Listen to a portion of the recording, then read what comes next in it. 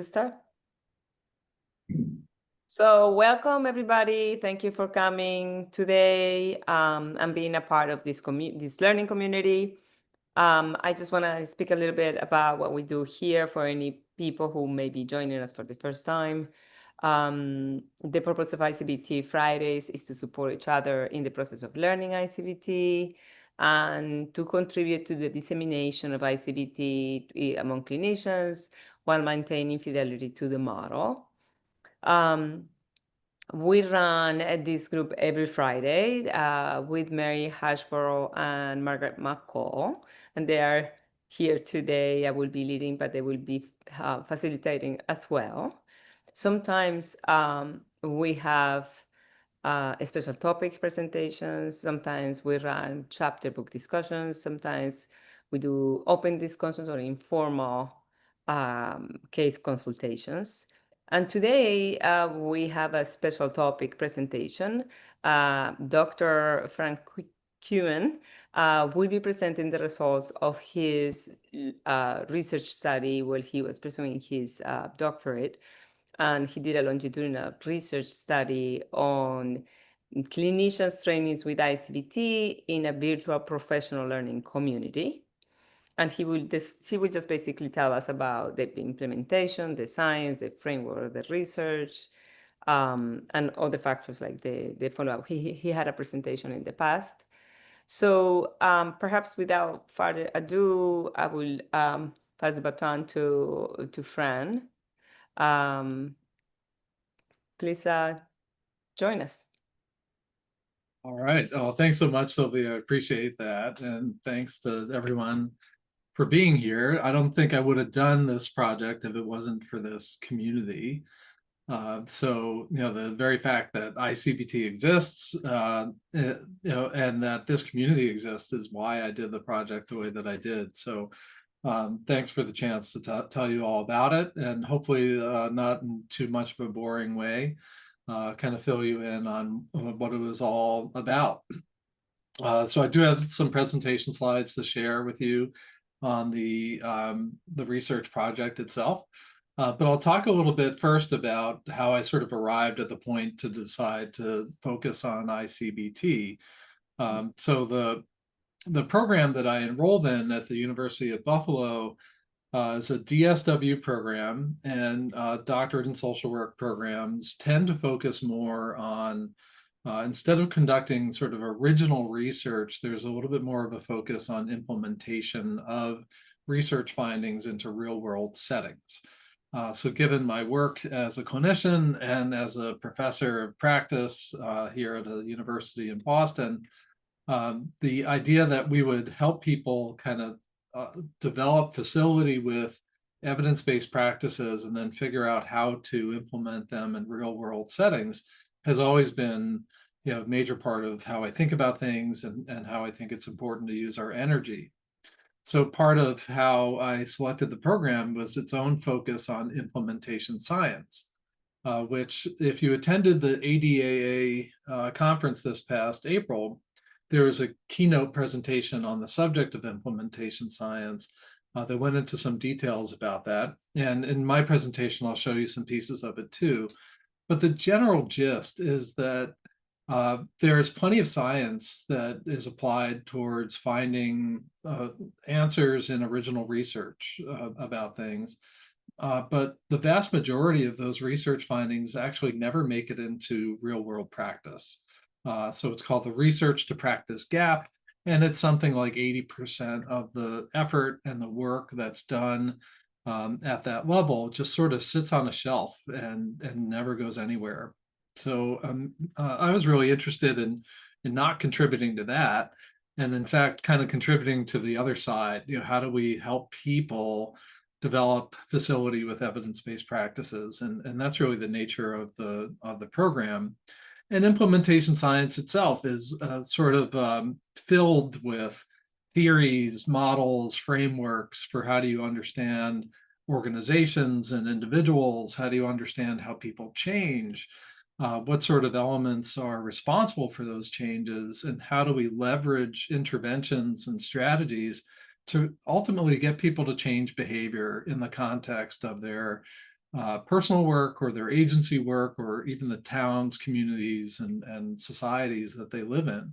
So implementation science looks at all of those pieces and puts you through a process where you're doing needs assessments and figuring out what the barriers are and what the strategies should be to try to overcome those barriers, all for the ultimate purpose of helping people uptake new evidence-based practices so that they can improve outcomes for the people that they work with.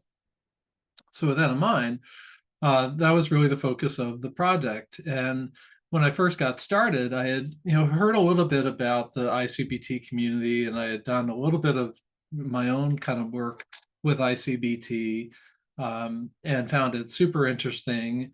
And though I had originally thought about doing my project on OCD and ERP, kind of looking at the barriers and facilitators to the use of that, um, I decided instead, because I was so intrigued and really fell in love with the model of ICBT, that I would focus on that.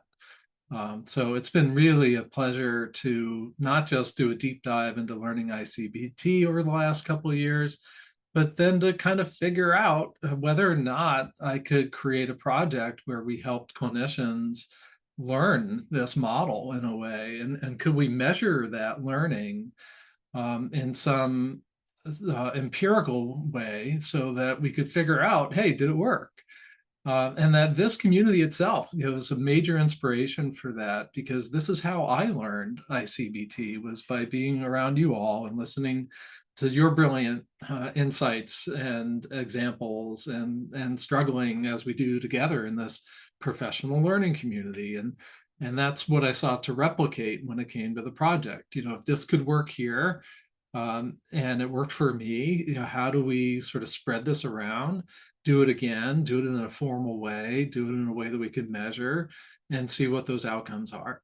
So what I hope for today is that the findings are both instructive around how this actually works and what happens in terms of people learning things, but also as a reflection of the quality of this group itself, and how without that in mind, I think I probably wouldn't have gone very far.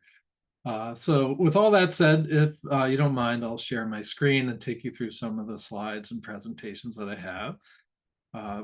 And some of it will be sort of repetitive because I'm necessarily looking at the barriers and facilitators related to OCD, and that's something that we all know pretty well. So some of that might feel a little repetitive.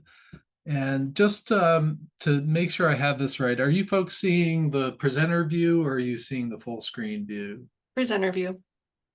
I mean, no, we can see not just the slide that says improving clinician self-efficacy. Thank you very much, Mary. I appreciate that. Yeah, so this is the slides from the formal capstone presentation, which I completed last May. So again, in the interest of moving through this with some efficiency, noting that many of us already know problems related to obsessive compulsive disorder, but that we know that it is a very serious mental illness. It's not a neurodivergence. It's not a personality quirk, as it were. It's much more common than we often think of it as. Around 1 in 40 people around the world suffer from this. And what's important, I think, to recognize about that too, is that that number is pretty consistent globally. That there are some studies that indicate some countries seem to have a slightly higher incidence than others of OCD, but honestly, I think when you really look at those studies, you can see enough methodological flaws that tell you it's probably just occurs as a normal or sort of aberration of the normal human experience around the globe. At least that's the way that I would think about it. We know the condition is chronic and can worsen over time. We're aware of the relationship between obsessions and compulsions, and we know this is really highly disabling. In fact, the World Health Organization has labeled OCD as the 10th most disabling health condition in the world. And that's not mental health condition, just health condition. Because we know it's not just disabling for the individual, but of course for their loved ones as well. And that folks will struggle with this in significant ways. And sorry, just moving my slides along. All right, so that the problem is the condition of OCD, but it's also about treatment. And we know in this community that there are many clinicians and professionals who simply don't know what OCD is. There's a tremendous amount of stigma out there about the condition. There's some studies that offered clinical vignettes to sort of lay people, college students in one of these cases, describing the experience of people with OCD who had worries about hurting other people or something along those lines. And those people without any awareness of OCD did judge those vignettes negatively. You know, they looked at those folks and said, what's wrong with them? And it was only when they were told that actually they had a mental health condition called OCD that they were able to respond with more empathy. But we know that a lot of people carry a lot of stigma around this condition.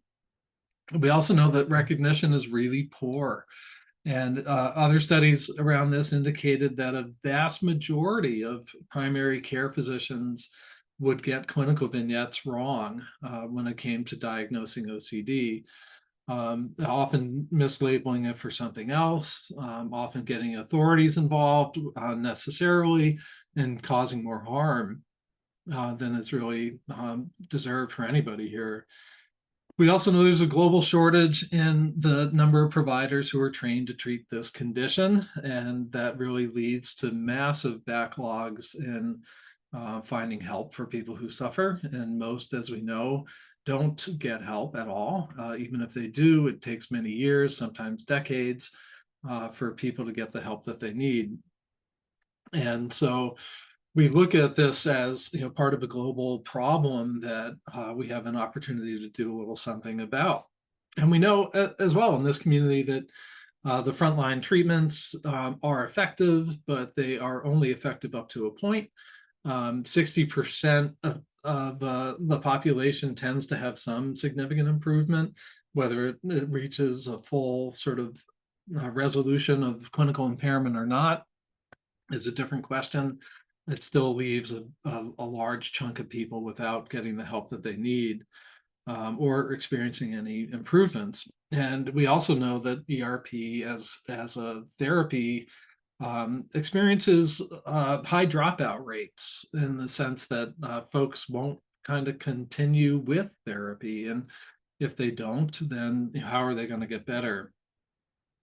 We also know that ERP itself is a challenge for clinicians to take on as a treatment modality. Many are afraid to do it. They're nervous about it. They don't want to cause harm. They don't want to put themselves or their clients in harm's way. And we know that, you know, the expert ERP clinicians out there have really addressed these barriers, but in general, these are the things that we're dealing with.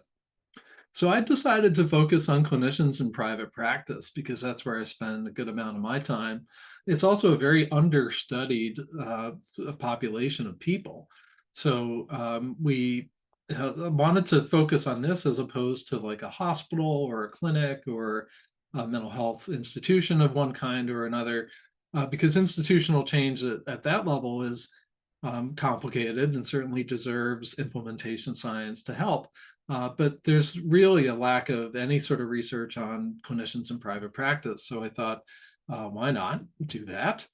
And when you do the assessments, you figure out, well, actually, those folks experience challenges too. That there are barriers to accessing new treatments, barriers to uptaking new practices related, in this case, as I determined from the assessments, related to time, money, and access geographically, which none of this I think will come as too much of a surprise. There's also the barrier of working in isolation. And one of the unique things about clinicians in private practice is that they tend to be actually very good clinicians. You know, they're folks who have a lot of experience. They've had a lot of success. That's why they're in private practice to a great extent. But at the same time, they also are relatively isolated and don't have, you know, necessarily peer networks of support to help them learn how to do new things and stick with it, which is why this community is so important and so unique in that way. So many clinicians also experience lots of failures in previous trainings. And again, not coming at any surprise, but the idea that we often go to workshops or seminars on things, and you go one time for one day, you take your notes, you put them in a folder, you stick it on a bookshelf, and you never look at it again, right? So if you then go back and try to evaluate, hey, how good was that training? You can kind of see, well, it didn't really stick with you. It didn't last. It didn't turn into any real change in your practice. And that folks kind of don't feel super optimistic about the ways in which training is going to really transform what they do. So we see that as a barrier as well. So here for the presentation, no surprise to anybody, I'm talking about ICBT and a little bit about how it was developed and some of the principles of the approach, including the idea that it's more of a cognitive therapy, that we're focused on resolving inferential confusion, that we can do this without exposures, therefore overcoming some of the barriers of treatment. And I think some of the greater benefits have to do with restoring a sense of trust in the self. And it's also, as we know, applicable to every theme of OCD, no matter what. And I also think it's highly culturally sensitive. And I don't think we talk quite enough about that in this community, but we could. The idea that people's own OCD is super relevant to them no matter where they live or where they're from, right? And so we have someone here in the US who's worried, what if there's a school shooting, right? Part of our culture, unfortunately. And we have someone who's in a remote village somewhere on the other side of the world who's worried about something very particular to their own life and their own culture, and what's meaningful for them. And so the fact that ICBT can help resolve inferential confusion based on any individual's own cultural awareness, identity, preferences, I think makes it an especially powerful and attractive treatment. So as we know, the evidence base behind ICBT is pretty strong, that there's a similar effectiveness overall, but superior in some ways too, along the lines of people not dropping out of treatment so much, and for those with less insight, as we know. So I'm not going to go into this in too much detail. It's rather abstract, but these were some of the implementation science methods and frameworks that I use to assess the degree to which we would have to help clinicians in private practice uptake ICBT. And so you look at the various frameworks that are out there. One is the COM-B, not to be confused with the BFRB one, but assessing individuals' capability, opportunity, and motivation to do a thing. So sort of addressing the question of how do people learn new skills? Assessing for fit, excuse me, as in, does learning ICBT make sense for people in their private practices? Like, is this something that they want to learn how to do? Are they working with people with OCD or not? So sort of really figuring out like how to target which clinicians and which spaces. The theoretical domains framework, which is about the individual barriers to behavior change. Do I feel optimistic? Do I feel like I have the support of my peers? Do I feel like taking this on as a part of my professional identity? Do I feel that if I learn how to do this, that I'm actually going to achieve the outcomes that I want? So we apply that tool to this too, and then look at intervention level barriers and barriers on the inner setting and outer setting, meaning you think about outer setting, like, hey, to what extent do insurance companies provide reimbursement for people who spend money on training to treat OCD? Or even inner setting, like how many hours of clinical facing time does a clinician have to have, and therefore how much time do they have left over for things like trainings or not? So assessing all those barriers too and figuring all that out, and then looking at which particular strategies should be used to address those barriers. And then how do you evaluate the whole thing? How does it work? Do people actually improve? what was it like for them, and so on. So these are the models that I utilized to figure all that out and identified these barriers and strategies. So again, through surveys, research here, figuring out many of the barriers are things like how much money does it cost? And to respond to that, well, why don't we just make this training free? If there's resistance to change, what about creating a learning collaborative along the lines of groups of professionals? Will that help? What about failures in previous training? Well, let's do some audit and feedback. Let's help people kind of figure out whether or not they're learning this at all. And then you can see the repetition of some of these strategies too, where we kind of get a lot out of something like a learning collaborative. And it's not just about learning something, it's feeling like you're in a group, feeling like you're not alone. And as we'll see in the study, whether or not you feel safe in that group too, to take risks and learn new stuff.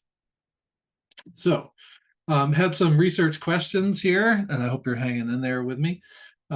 So what are we going to actually try to measure? I looked at the concept of self-efficacy, and this is an old one, but a good one in the field of psychology, developed by Bandura all the way back in the early 90s. And self-efficacy is defined as 3 different factors. There's motivation, confidence, and competence. And when you sort of put those things together, you've got this concept of self-efficacy. So the primary question, does participation in a virtual professional learning community lead to improved self-efficacy with ICBT among clinicians in private practice, right? And if you've done anything at the doctoral level, you learn quickly that the things you have to measure have to be really small and very specific in order to measure them with any fidelity. So you can see just how itsy bitsy this gets. So we look at, is there an increase in particular with motivation, confidence, and competence? And then I decided to put a longitudinal arm on the study to sort of say, hey, what happens after some time here? Do people maintain the gains that they had or not? And that, as we'll see, has a lot of implications for future dissemination. Like, how should this work? How should this look? And honestly, how is it that this group in particular is already doing such a great job with this sort of thing, by the way? Does participation lead to psychological safety? So do people feel comfortable taking risks and feel supported? And ultimately, do they feel more prepared to implement the approach?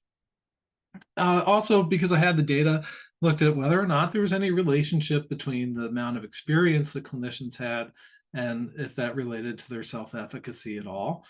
And then on the implementation side, does making the VPLC experience free impact the reach? Do we get more people to participate as a result of that?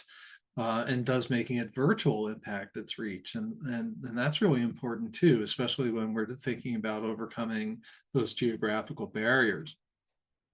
So methods here started about a year ago after I received approval from the Institutional Review Board, University of Buffalo, which is an onerous process, but a necessary one to make sure that you're protecting people in human subject research. So once I got approval for that, started the recruitment effort and did quite well, actually. My advisors were concerned that I would not be able to just find people to participate in this. And by the way, there was no budget for this project whatsoever. I had no money, no grants, no institutional support, no kickbacks from anybody, no other relationships to disclose. Essentially just me, an internet connection, and trying to get some people to participate in the project. So actually had a very robust response, and over 60 people expressed interest in participating. Because I could only do it sort of one time. had to pick a day and night of the week to pull it off, and we had 23 people who could meet at that day and time. And I'm happy to say that the vast majority of folks stuck it out through the entire process.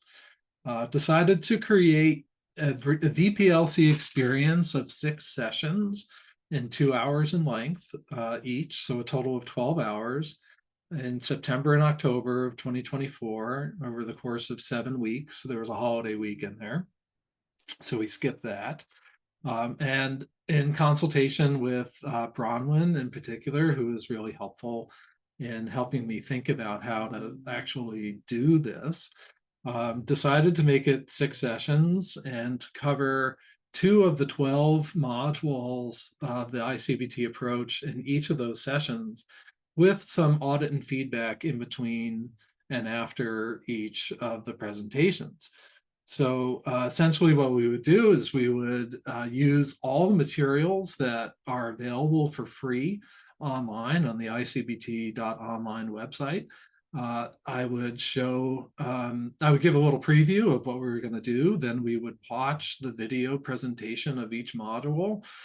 So if you participated in those, you were part of this research project, whether you know it or not. We would watch the video presentation. We would answer some questions. I'd offer maybe a case example or two.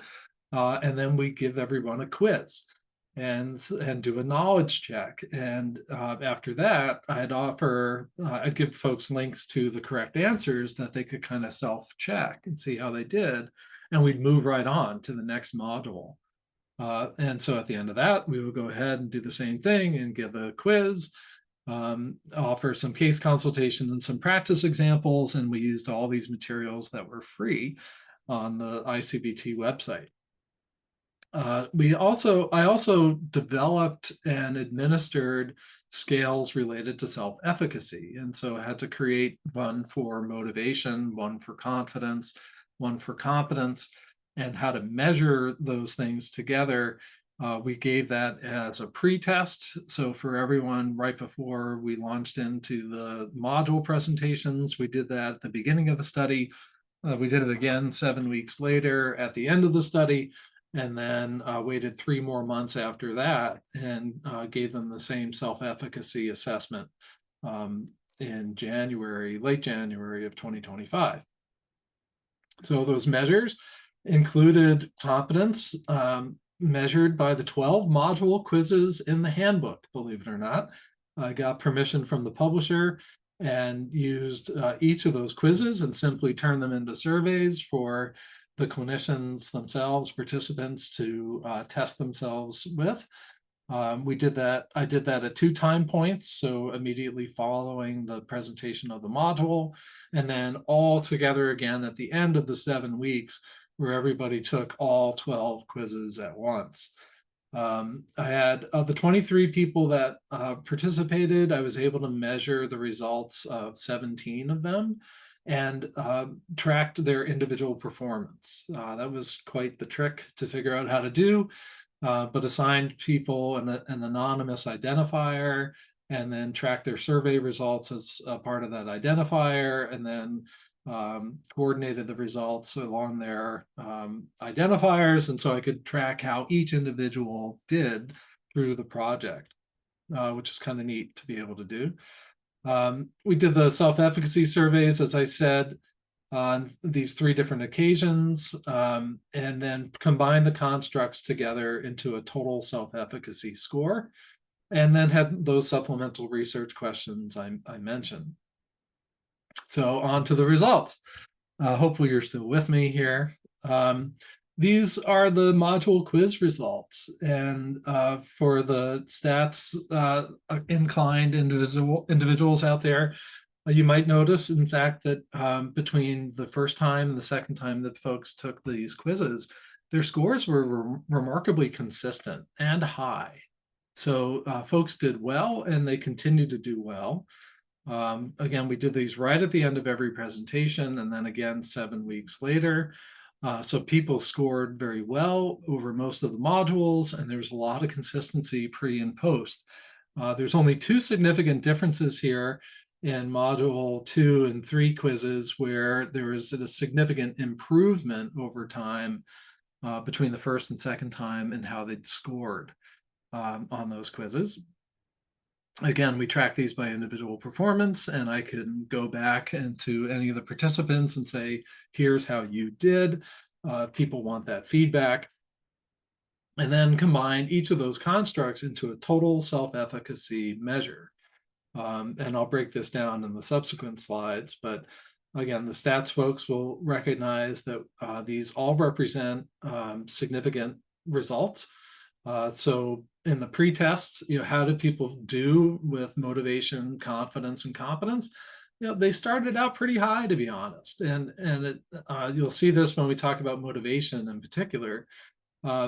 And so they started out pretty high. And then at the end of it, the end of those 7 weeks, we measured that again. And there's a significant improvement in self-efficacy over that time. So yes, all the folks who participated felt more confident, more capable, more confident, and had more motivation to engage with ICBT as a result of this learning experience. And then something interesting happened. 3 months later, there was a significant drop in total self-efficacy. And as we'll see as we break it down, like where that drop occurred, we still had a very significant overall improvement, but without any further intervention, things did change after 3 months, as you might expect. And that has a lot to do with, well, what do we do now, right? And what are the implications around further attempts to train and disseminate this model? So the measures included 15 questions into a total self-efficacy score, significant improvements between the first and second time, and then a significant drop between the second and third time. Again, we measured people's individual progress. Motivation here started high and stayed high. And I think when you really look at it, you have to sort of ask yourself, gee, I wonder who would volunteer to be a part of something like this, right? Like that there are probably people who feel pretty motivated intrinsically to take things on and to learn stuff. So it's certainly a bit of a confounding variable when you think about it that way. Of, if you have a varying degree of motivation, maybe the results would be different here. But in recruiting for a virtual professional learning community, you might actually just get people who are motivated to begin with. So I developed 5 different questions on this, administered at 3 time points, and there were no significant differences over time. And as we said, it may be an important prerequisite to participate in the first place. Competence, which we certainly hope would increase significantly, did so, which was great. And that we saw very large improvements and gains in people's own competence with the model. Fred was especially helpful to me here because, as an aside, I created these competence questions based on the core constructs of the ICBT model, as Fred had articulated them in several documents. And when I launched the survey, somehow I omitted a question. I originally had 6 questions there that I thought were covering all the concepts of ICBT. And I launched it, and it only deployed 5 of the questions. So my advisor said, "Hey, you've just tanked your research. You don't have a coherent sort of concept anymore because you missed a question." So I went to Fred in a Hail Mary and said, "Tell me whether or not I've still covered the core concepts with 5 questions instead of 6." And thank goodness he said, "Yes, you've got it. It's still good." And so I was able to proceed with that. But as you'll see, really significant improvements from time 1 and time 2, and those gains really did persist over 3 months, again, without any further intervention on my part anyway. So no statistically significant reduction in competence after 3 months. Confidence tells an interesting story here too, because people again started off kind of high. And by the end of it, there's a significant improvement in their confidence anyway.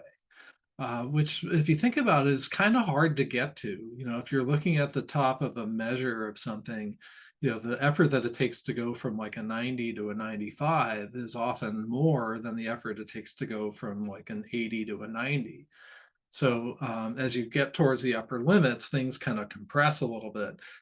So the significant finding of increased confidence, I think, is nice to see here, and actually quite significant in the sense that people really seem to feel great at the beginning, but even better at the end.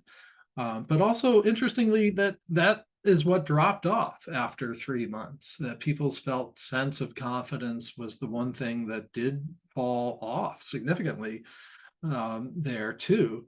And in fact, they returned to exactly where they started out, which is really interesting. So, you know, I'll just go back for a second. So the idea that they would feel even better about doing this, and then nothing happens for 3 months and they're, you know, sort of lose a sense of confidence, has a lot to do, I think, with how we want to think about further efforts at dissemination. Because maintaining that sense of confidence is really critical to keep people engaged in doing something new, especially when it's hard. Those round out kind of the major findings of the project. Once again, had no budget. I couldn't even offer gift cards for people who would participate. Doing it solo. Although I worked with a very supportive cohort of course, professors, advisors, and other DSW students here who were all doing their own projects on their own, and in the same way. We supported the heck out of each other through this, but it was largely an individual effort. Those supplemental questions had to do with psychological safety. And these average numbers were pretty high, actually. And not that I was super surprised by it, but if we look at the kind of range here, we're looking at close to 80% averages of people saying that the group was a safe and supportive environment for them to learn things, that they felt comfortable asking questions, taking risks, that they felt supported, and that the environment was engaging.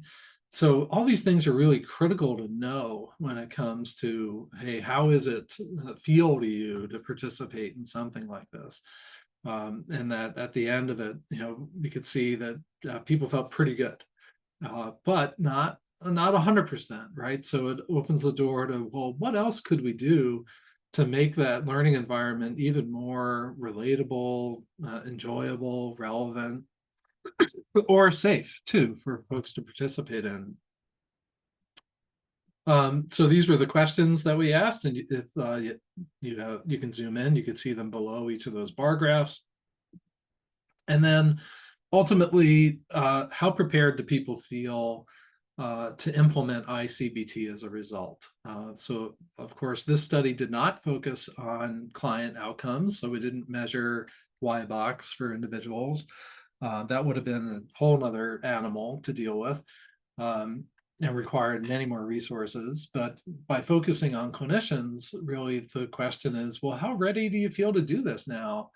And that average was really nicely high too, that on this scale that people leaned very heavily towards the idea that they felt ready to do it. And anecdotally, I can tell you that many of the individuals who participated have shared with me their own experiences since that BPLC experience, where they're seeing really positive client outcomes. Many of them have joined this group and this community as a result. And folks have really helped reduce suffering in their own corners of the world, especially in the remote corners of the world where they're the only OCD therapist within 100 miles radius or something like that. So given that people felt prepared to do it at the end of the BPLC, I think is a good indicator that, yeah, we should be doing this. You know, we should be doing this again and again and around the world so that we can get more people trained in this approach and reduce suffering. So what are some of the insights and takeaways here? Clinicians in private practice are an understudied group, and we don't really know much about how well they do with uptaking new evidence-based practices. We did figure out that there are particular barriers that are common to folks in this population, that a VPLC appears at least to be effective at improving self-efficacy and self-efficacy with ICBT in particular. That we could probably ease access to uptaking new evidence-based practices using VPLCs for a few reasons. And that even if we have people who are highly motivated, that doesn't solve all the problems, right? We still probably need to think about how do we support people in an ongoing way as they learn something new, despite the high levels of motivation that they might have. So if we're able to do this, as this group is already very committed to, increasing dissemination around the world means we're probably going to reduce suffering around the world too. So what are the next steps? Well, I'm presenting here to you now, and going to apply to present these findings at upcoming conferences, try to get published in some journals. And I've been asked to run it again, essentially, not necessarily the research part, although that could be done, but to try to replicate the training in with groups that have expressed some interest. There's a bunch of references if you want to have a look, but otherwise that is the end of the show. And I'm if you hung in there with me that long, thank you. And happy to answer any questions or anything else along those lines. Thank you, Fran. This was fantastic. My goodness, that is unbelievable. What a pioneer work in trying to make this work more accessible around the world. I see, please feel free to raise your hand, and we will be calling you for asking questions to Fran or sharing your observations. Mary, would you like to go ahead? Yeah, this was really cool. It was really fascinating. You kept saying, if you're hanging in there with me, I'm like, of course, this is like, absolutely fascinating. So thank you so much, Fran. I do have two questions. One is directly about something that you talked about, and then one is just not directly, but it's about implementation. So is it okay if I ask both of those? Sure, yeah. Would you say a little bit more about how you measured competency or what your questions were there? So in the supplementary materials from the handbook, Fred and Kieran articulated the kind of fundamental aspects of the ICBT approach. As you might imagine, things like inferential confusion as defined there, and a few other things. And I can bring up the actual questions if folks are interested and share them with the group. So I essentially took those principles and turned them into questions. So do you understand what inferential confusion is? Do you understand the role of the imagination? Do you understand the loss of touch with senses, right? So just really kind of taking the fundamental pieces and turning them into questions. And then people reported their like self-perceived level of understanding then. That's right. Yeah. And they did that on survey questions that were attached to anonymous identifiers. So folks would type in their unique code and then answer the survey, and then I could track their performance over time. Cool. Okay, thank you. Sure. My other question, I'm wondering, as an expert on implementation science now, if do you have any, or are there any insights from implementation science that might inform us as clinicians, mostly in private practice, as we're learning to implement now resolving OCD, or that transition that many of us are undertaking from using clinician's manual or the modules to the resolving OCD framework? I'm just curious, like, I know it can take like, I don't even know, because I'm not an expert in this, but like 10 to 20 years to implement a new like approach. Like, do you have any thoughts about stuff that could be helpful for us and our community related to that? Yeah, and thank you for that comment, because it is the nature of the problem, right? The research to practice gap is something like 17 years. So, people develop great ideas and they go nowhere. To be honest, I think that this group is representative of implementation science efforts, whether you know what you're doing or not. When the implementation science people kind of try to assess and figure out, like, what is this stuff? Part of what they hold up as great examples are many of the things that we're doing here, right? So meeting in an environment that allows people to access it, whether it's because it's free of charge or it's virtual, meeting in an environment in an ongoing way, doing it in a community where there is psychological safety and support, where people feel comfortable taking risks. And then, really thinking about what are the methods by which you are sort of educating each other around this, and that those might, be tweaked to some extent to really maximize efficiency. So it's certainly something I'm happy to keep talking about. I would not at all say that I am an expert in implementation science now, but the idea that we're already doing a lot of things really well, I think is an important thing to put out there. Yeah, I just feel excited about that. Like even, we could even create a survey among our ICBT Friday group for like feedback about how safe people feel asking questions and things like that. So that's sparking a lot of ideas. So thank you so much. I think we can and should get kind of meta about all this, Mhm. right? Like there's a massive amount of effort that's being put into these meetings, a huge investment in intellectual energy. And we should try to take advantage of that somehow to sort of measure this and see, can we help other people learn how to do things in similar Yeah. ways? Yeah. Thank you so much. Sure.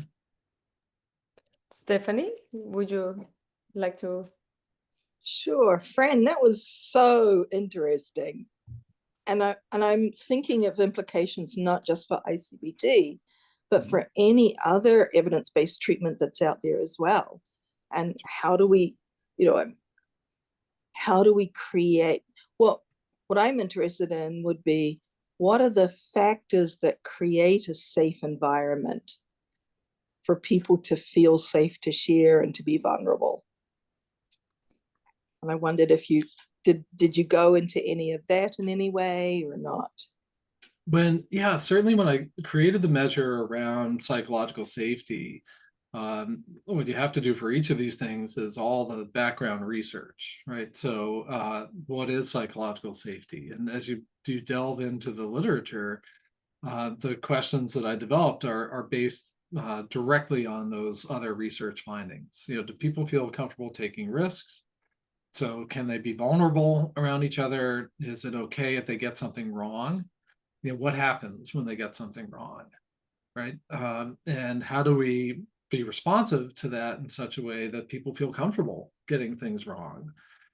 Do they feel like the other members in the group are contributing in ways that feel supportive? Or are other group members kind of detracting from the experience in any way? And if so, is the leadership capable of managing that? Right. So we see that too. The idea that if we can feel like we're learning together, despite the fact that there's a variety in terms of experience levels that people have. So if it feels non-hierarchical, like well, they're experts and then the learners and so on, that can set up a weird dynamic at times. It feels a little iffy for folks. So I think having sort of a level playing field, like we're all in this together, we're all here to learn together, which I think is a major part of what this group does.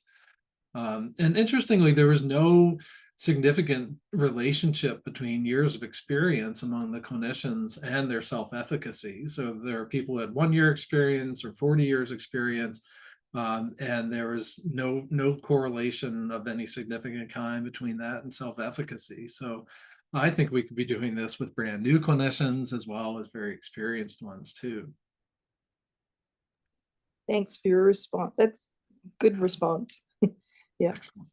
And as a licensed supervisor, I have had clinicians who are within supervisory experiences who have refused, who do not feel supported by their supervisor for various reasons, and have really valued having an outside supervisor to run things through. So I'm thinking in terms of that experience as well.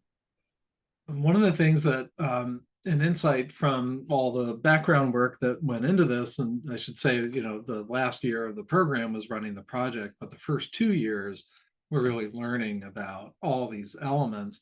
And a key insight from that has to do with kind of close ties or loose ties, as what I thought of in the literature.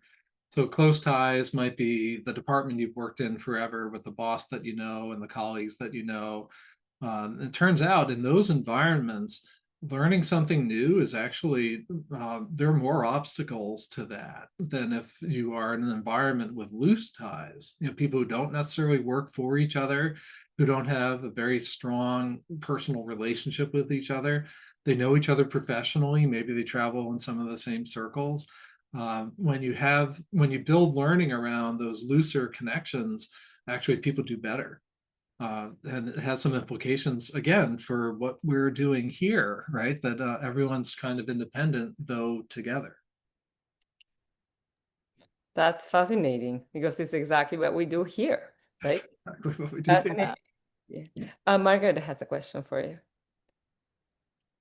Yeah, so first I'll say that people are recommending that you submit proposals for the ADAA and the IOCDF to do this. It was a fantastic presentation. I think a lot of people would like to learn about it. Some people are asking if you have, if you'll share your slides with them.